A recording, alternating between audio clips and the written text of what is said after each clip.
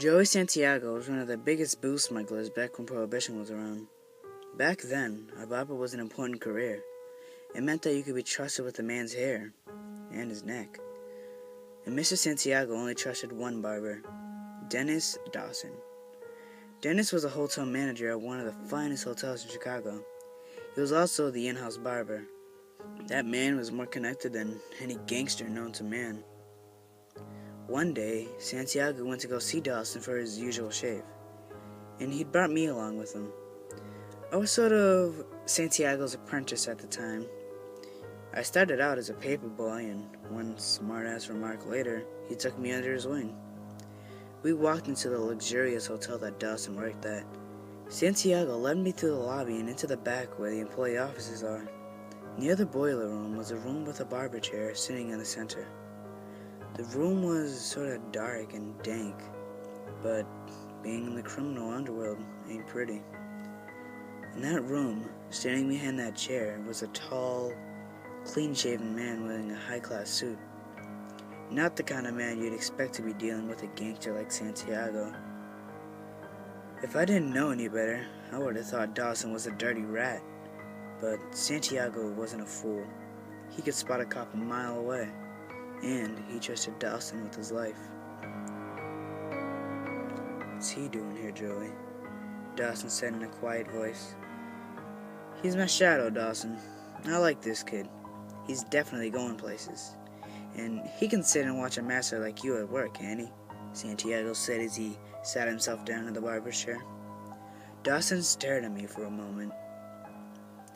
"Okay, I guess I can entertain an audience today," Dawson said as he covered Santiago with a towel. Dawson started cutting away. Santiago would talk about his day, and Dawson would counter with a good joke. Then, Dawson began lathering Santiago's face for his shave. "I don't know why, but your face is always a challenge to fix straight," he joked. As he picked up the razor, Santiago stayed motionless as Dawson started shaving. If moved even an inch, Dawson might cut an artery, and it would be so long for his business. The whole right side was done, and very quickly, I should say. But when he was working on Santiago's left side, he began to mutter. "Crooked," he said as he pulled the razor away from Santiago's face. He looked frustrated.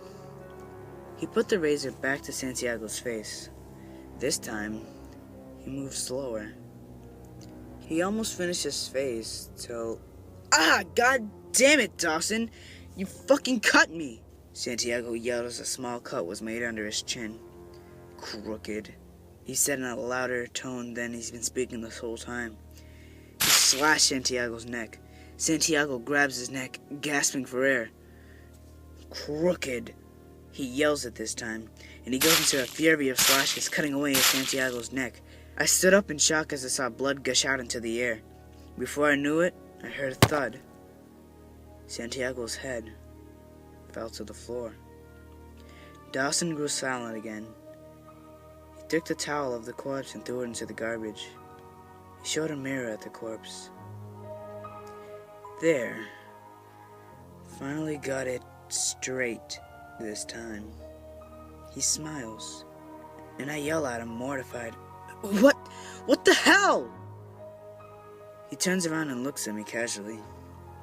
"Would you like me to give you a cut?" I turned and ran.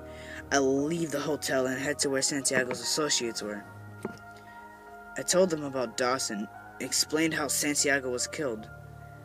After I told them, they didn't say a word. I realized this was planned.